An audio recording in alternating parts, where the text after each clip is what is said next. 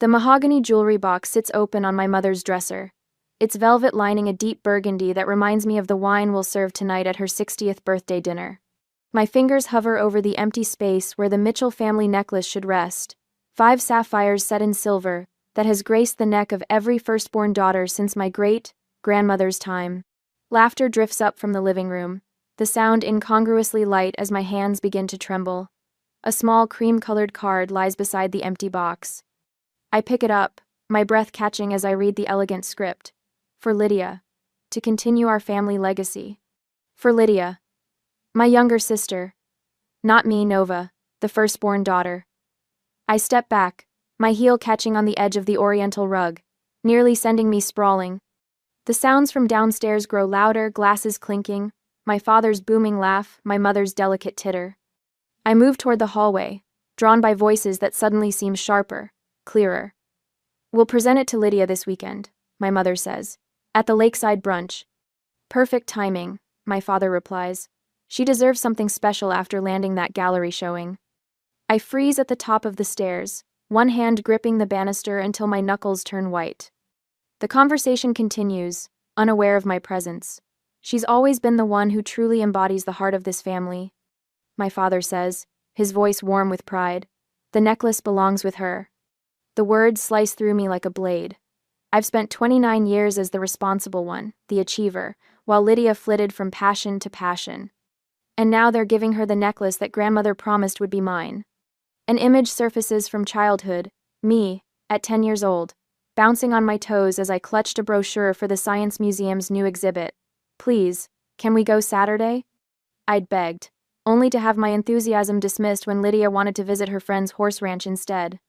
My parents never even pretended to consider my request. The horses will be good for both of you, Mother had said, her decision already made. That same dismissal followed me through every dinner table conversation. My law school acceptance warranted a brief, "That's nice, dear," before they turned to celebrate Lydia's participation in a local art fair. My first major case win earned a distracted nod, while Lydia's pottery class enrollment prompted a champagne toast. The memory hardens something inside me. I descend the stairs, my footsteps deliberately heavy on each step. The conversation in the living room halts as I enter.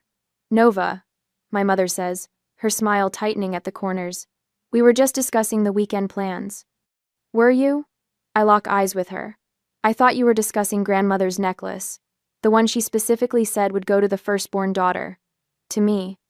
The room falls silent. My father sets down his drink with a sharp click against the coffee table. Lydia studies her manicure with sudden interest.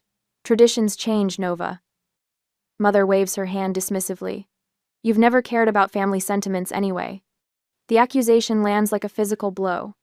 Years of trying to earn their approval, of preserving family photographs, of remembering birthdays and anniversaries, when everyone else forgot, all erased with one careless statement. "I've always cared," I say, my voice steady despite the hollow ache spreading through my chest. "You just never noticed." My parents exchange worried glances. A silent communication developed over decades of marriage. Father clears his throat, shifting into what I recognize as his problem-solving posture, head tilted slightly, hands clasped before him. "Lydia needs this more than you do," he explains, his tone reasonable, measured. "You're already successful. You have your career, your condo. Lydia could use this connection to her heritage." I stare at him, truly seeing for the first time how they've crafted a narrative where my accomplishments somehow make me less deserving of their traditions, their affection. The painful truth settles over me. By succeeding on my own, I've given them permission to exclude me entirely. "I see," I say quietly.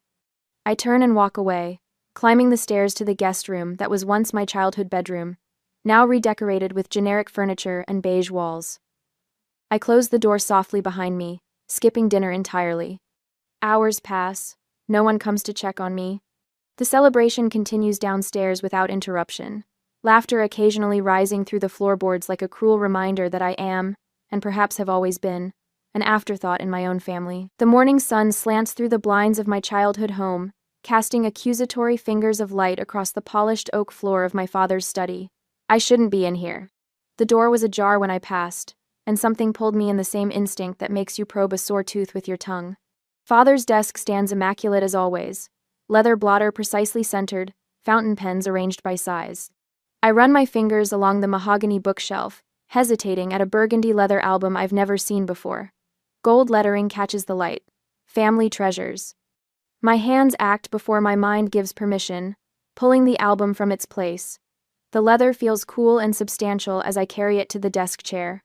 When I open the cover, my breath stops. There's Lydia, 16 years old, wearing grandmother's pearl earrings at her birthday dinner. Lydia at 18, grandmother's silver bracelet adorning her wrist at graduation. Lydia at 21, grandmother's ruby ring glinting on her right hand during last Christmas. The ruby ring promised to me when I turned 30. My fingers tremble as I flip through pages documenting years of quiet redistribution. Each photograph meticulously labeled with dates and occasions, creating an undeniable timeline of systematic favoritism. What are you doing in here?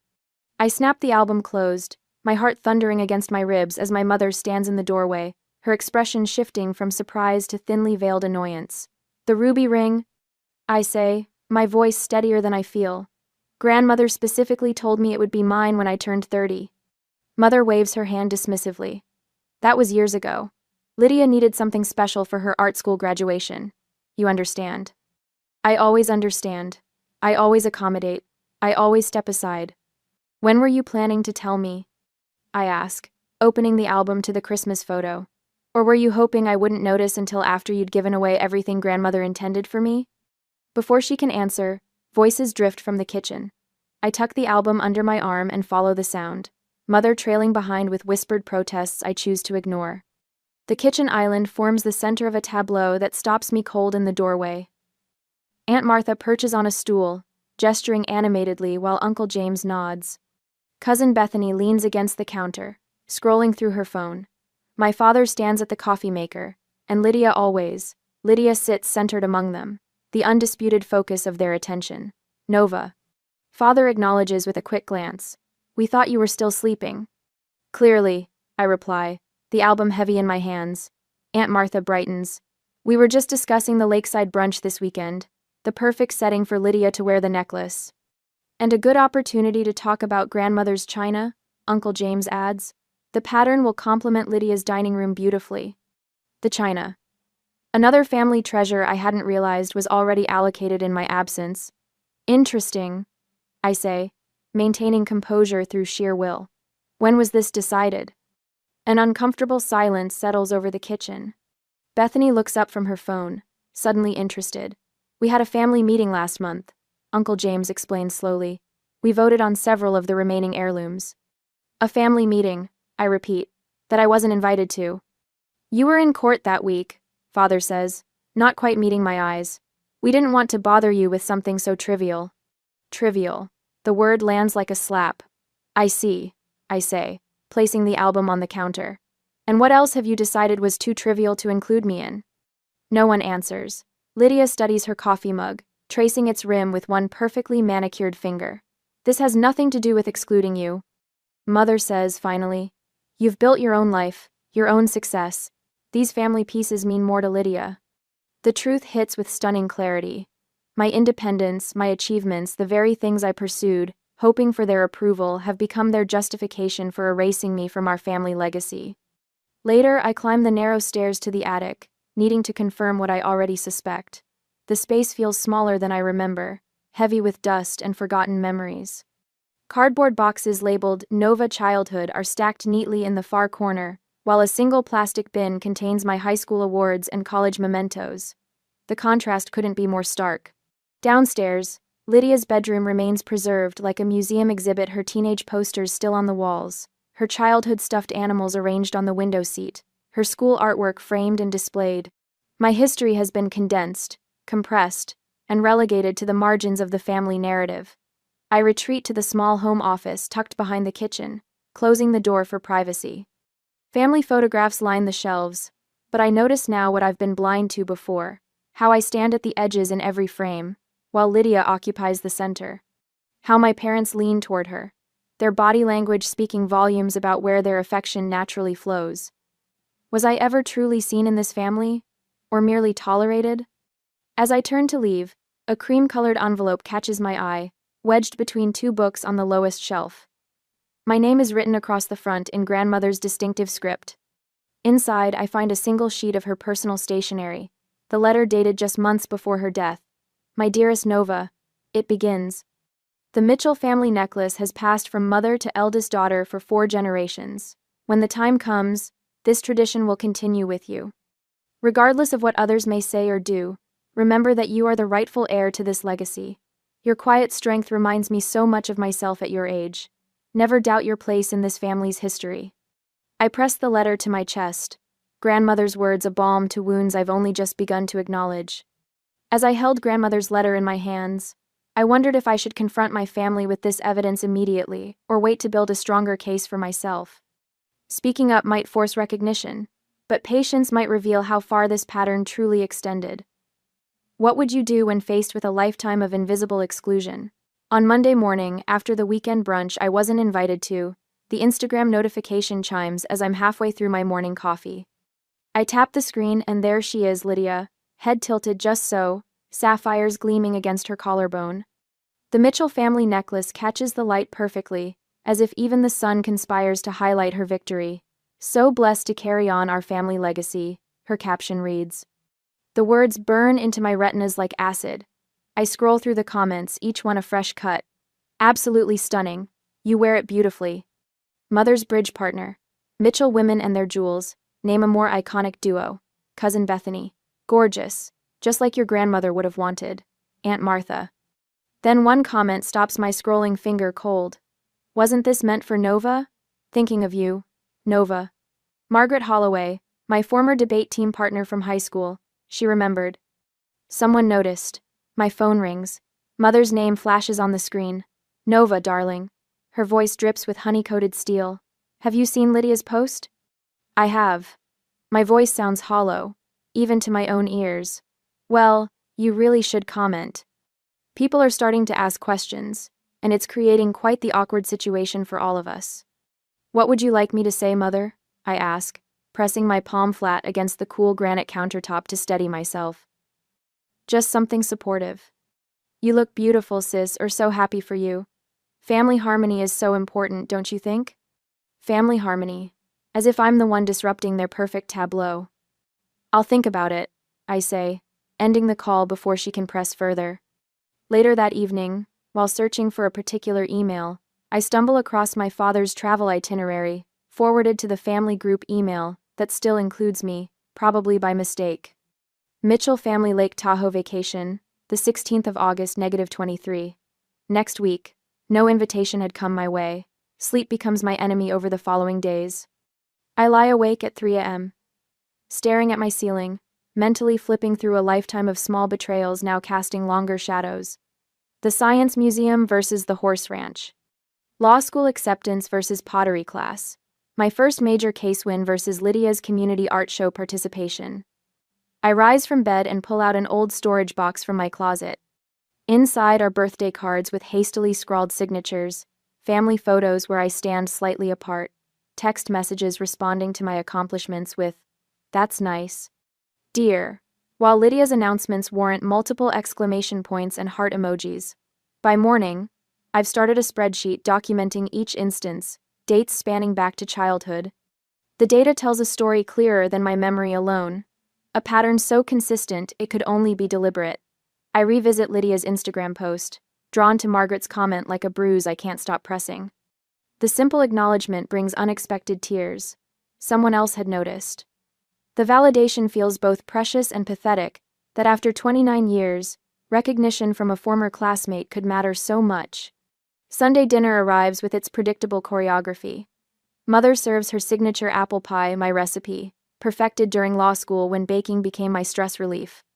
The recipe she now claims as a family tradition passed down from her mother. Nova, you've barely touched your food. Father observes, fork poised halfway to his mouth. Still upset about the necklace? I thought we'd moved past that. Did we? I ask quietly. I don't recall actually discussing it. Father sets down his fork with deliberate care. You've never shown interest in family traditions, Nova. Why start now?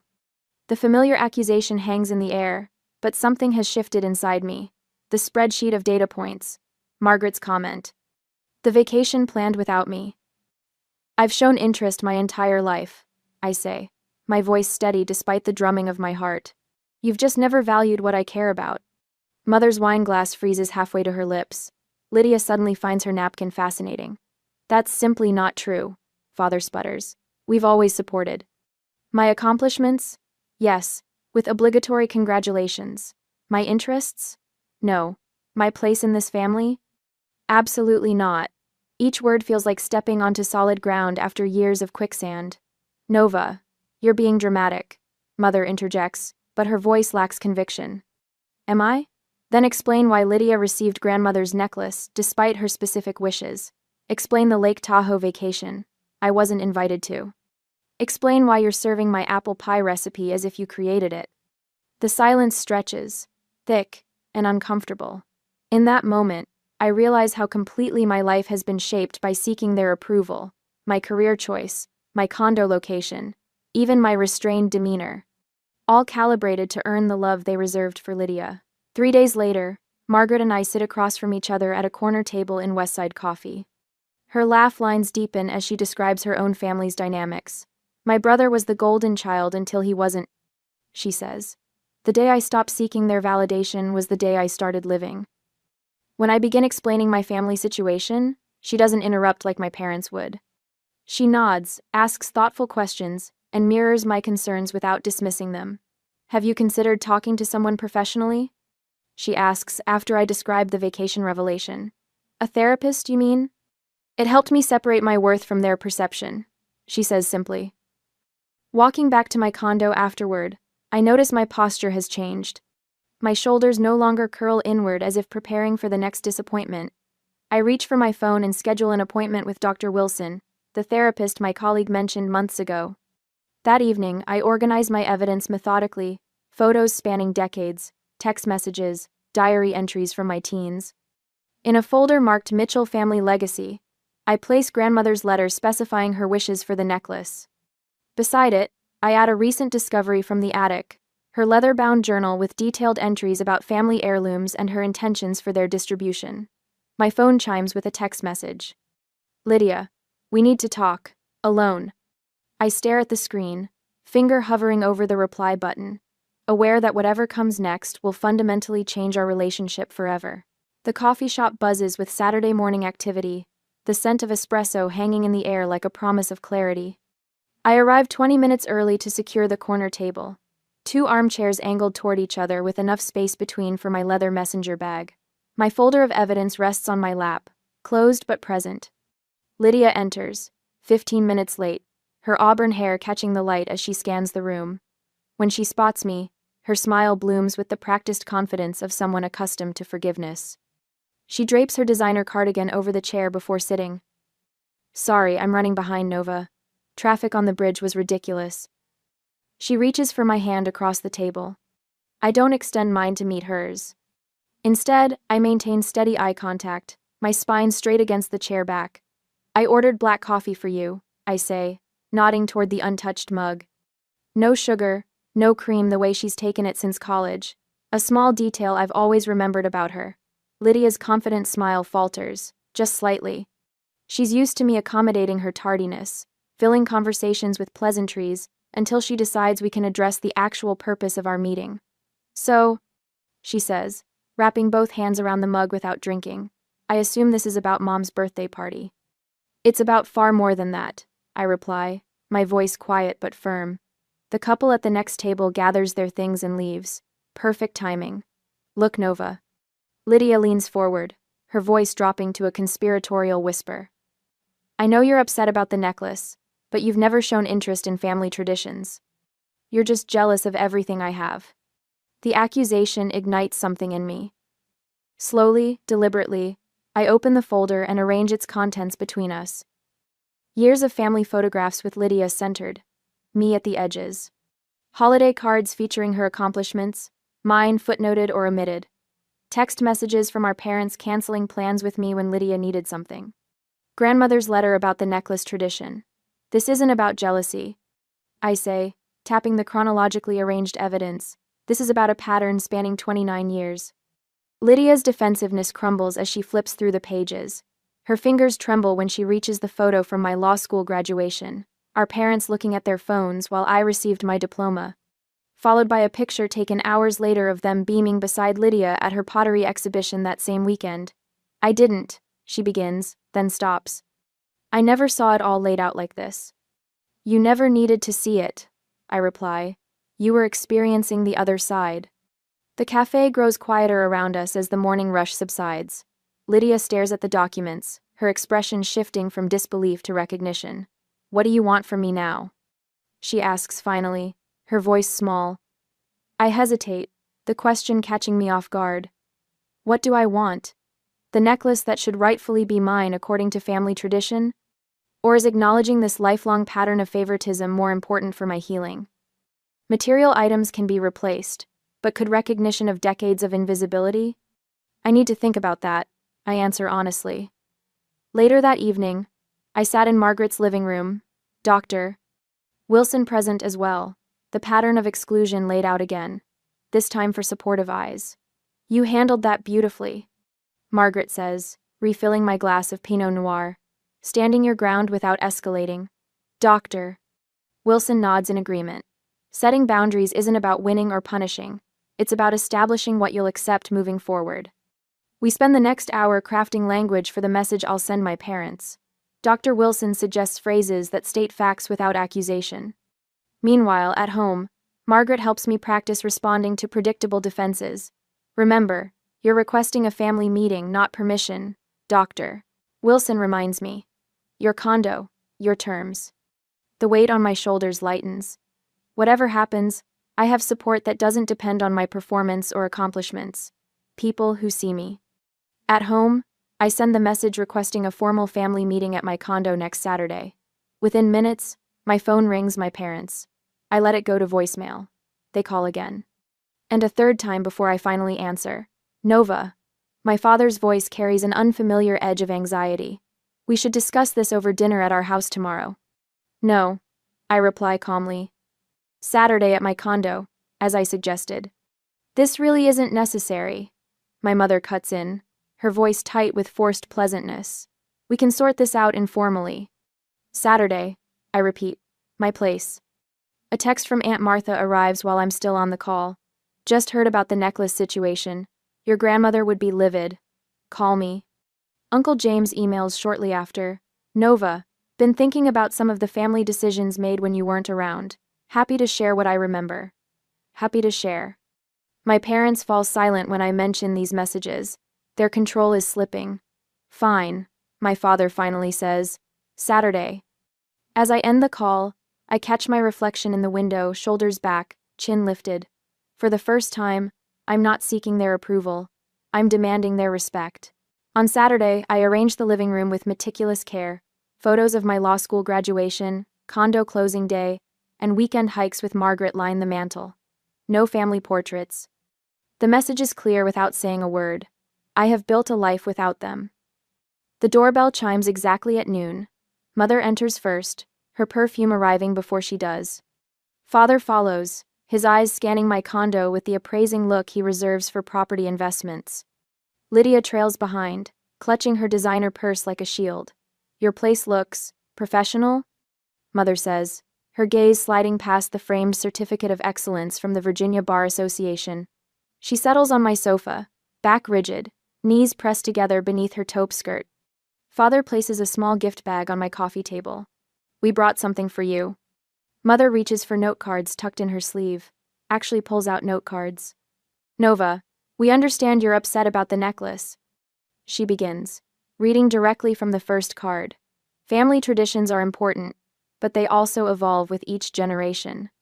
I remain standing while they sit, a subtle power shift that makes Father check his watch for the third time in 5 minutes.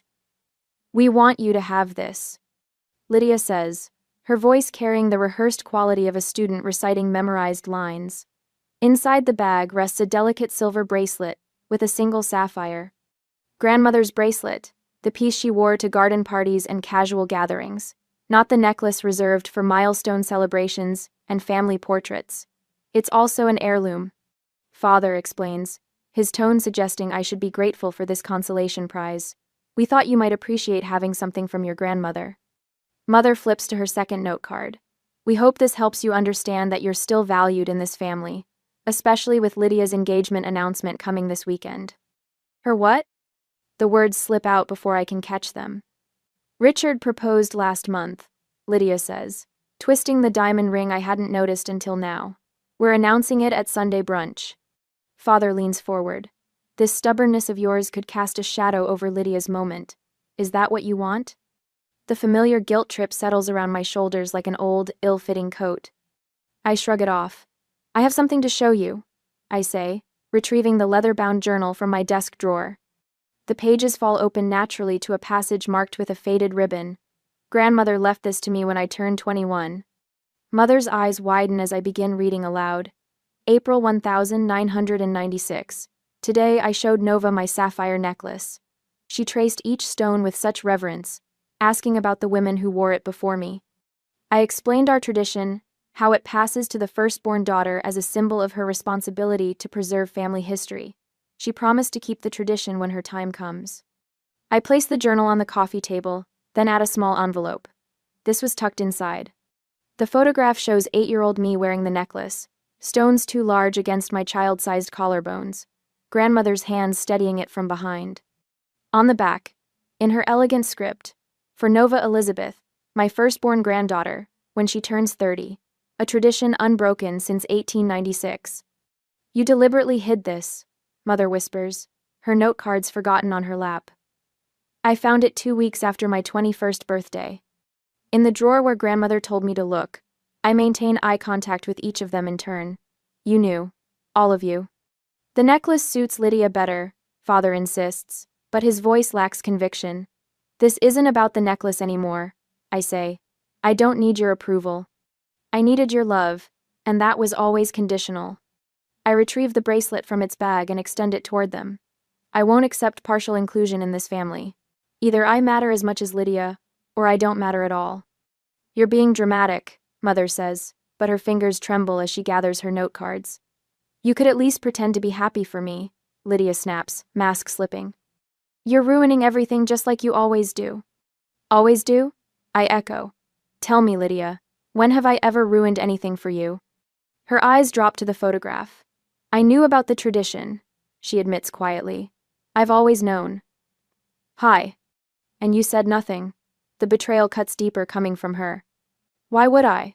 She gestures around my condo. Look at all you have. You've never needed anything from us. I needed to be seen, I say, voice steady despite the ache in my chest. I'm not rejecting you. I'm rejecting how you've treated me. They leave in a flurry of half-hearted apologies and promises to talk about this later. The bracelet remains on my coffee table, unwanted. 2 days pass before Margaret calls with news from her cousin who works at Mother's salon. They're saying your mother asked Lydia to return the necklace. And? The question that matters isn't whether I'll get the necklace, but whether I still want what it represents. Lydia refused. Margaret reports. But your Aunt Caroline took your side, said your grandmother would be heartbroken. I thank her and hang up, staring at my email when a new message appears from Sullivan and Associates' grandmother's attorneys. The subject line reads, Secondary Trust Access, 30th Birthday Provision. I click it open, heart hammering against my ribs as I read the first line. In accordance with Elizabeth Mitchell's final wishes, the secondary trust becomes accessible to Nova Elizabeth Mitchell on her 30th birthday, the 18th of September, 2025. 6 months later, the sunlight streams through the bay windows of my condo as I arrange platters of finger sandwiches on the kitchen island. The sound of jazz floats from the speakers, Ella Fitzgerald, grandmother's favorite. My birthday celebration looks nothing like the formal affairs Mother orchestrated each year, with their precisely folded napkins and polite rehearsed conversation. Need any help? Margaret asks, appearing with a bottle of champagne. She places it in the ice bucket without waiting for my answer, comfortable in my space in a way my blood relatives never were. Just finished, I say, straightening up and surveying the spread with satisfaction rather than anxiety. For the first time, I'm not fretting about whether my contributions will be deemed adequate. The doorbell chimes. Dr. Wilson arrives first, bearing a potted orchid and a warm smile. I introduce her to the others as my therapist and friend, the words flowing naturally. No one flinches or exchanges concerned glances, just acceptance. To Nova. Margaret raises her glass an hour later, surrounded by faces that light up when I enter a room. Who taught me that standing up for yourself isn't selfish, it's necessary? I. The courier arrives during dessert. The package bears Lydia's handwriting, unmistakable in its looping elegance. Inside, nestled in velvet, lies the Mitchell family necklace, 5 sapphires gleaming against sterling silver. A note accompanies it. This belongs with you. I'm sorry I didn't say something sooner. 6 months ago, this moment would have validated every hurt feeling, every suspicion of injustice. Now, I run my finger along the delicate chain and feel something unexpected compassion. For the tradition, for Lydia, even for my parents, trapped in patterns they inherited. I don't clasp it around my neck. Instead, I place it carefully in the glass display case on my bookshelf, next to my law school diploma and the seashell collection. Grandmother and I gathered the summer I turned 8. You're not going to wear it? Dr. Wilson asks, observing my movement with interest. It's part of my history, I answer, but it doesn't define my future. Doctor. The evening winds down to an intimate gathering. Margaret, Dr. Wilson, and 2 colleagues who've become friends after hearing my full story without judgment. Margaret refills our glasses. To choosing your family, she says, and choosing your worth. We clink glasses as rain begins to patter against the windows. The sound feels cleansing, renewal washing away decades of seeking approval I never received. The following morning, I finalize the paperwork for the Nova Mitchell Foundation, dedicated to supporting first-generation college students. The grant applications are stacked on my coffee table, young people forging paths without family blueprints to follow. I unfold the architect's plans for renovating grandmother's cottage, left specifically to me in a separate will I never knew existed until my 30th birthday. The property will house weekend mentorship programs starting next spring. As I arrange my grandmother's necklace in its new place of honor, I place beside it a framed photograph, grandmother and 8-year-old me on the cottage porch, her hand on my shoulder, both of us beaming into the camera. I wonder if some traditions are worth preserving while others need breaking. Should we maintain family legacies regardless of pain, or is creating new traditions sometimes the greatest form of respect for the past? What family traditions have you chosen to keep or leave behind? The sapphires catch the morning light, casting blue reflections across my living room wall. They no longer represent what I lack, but rather what I'm building, a legacy defined not by birth, but by choice.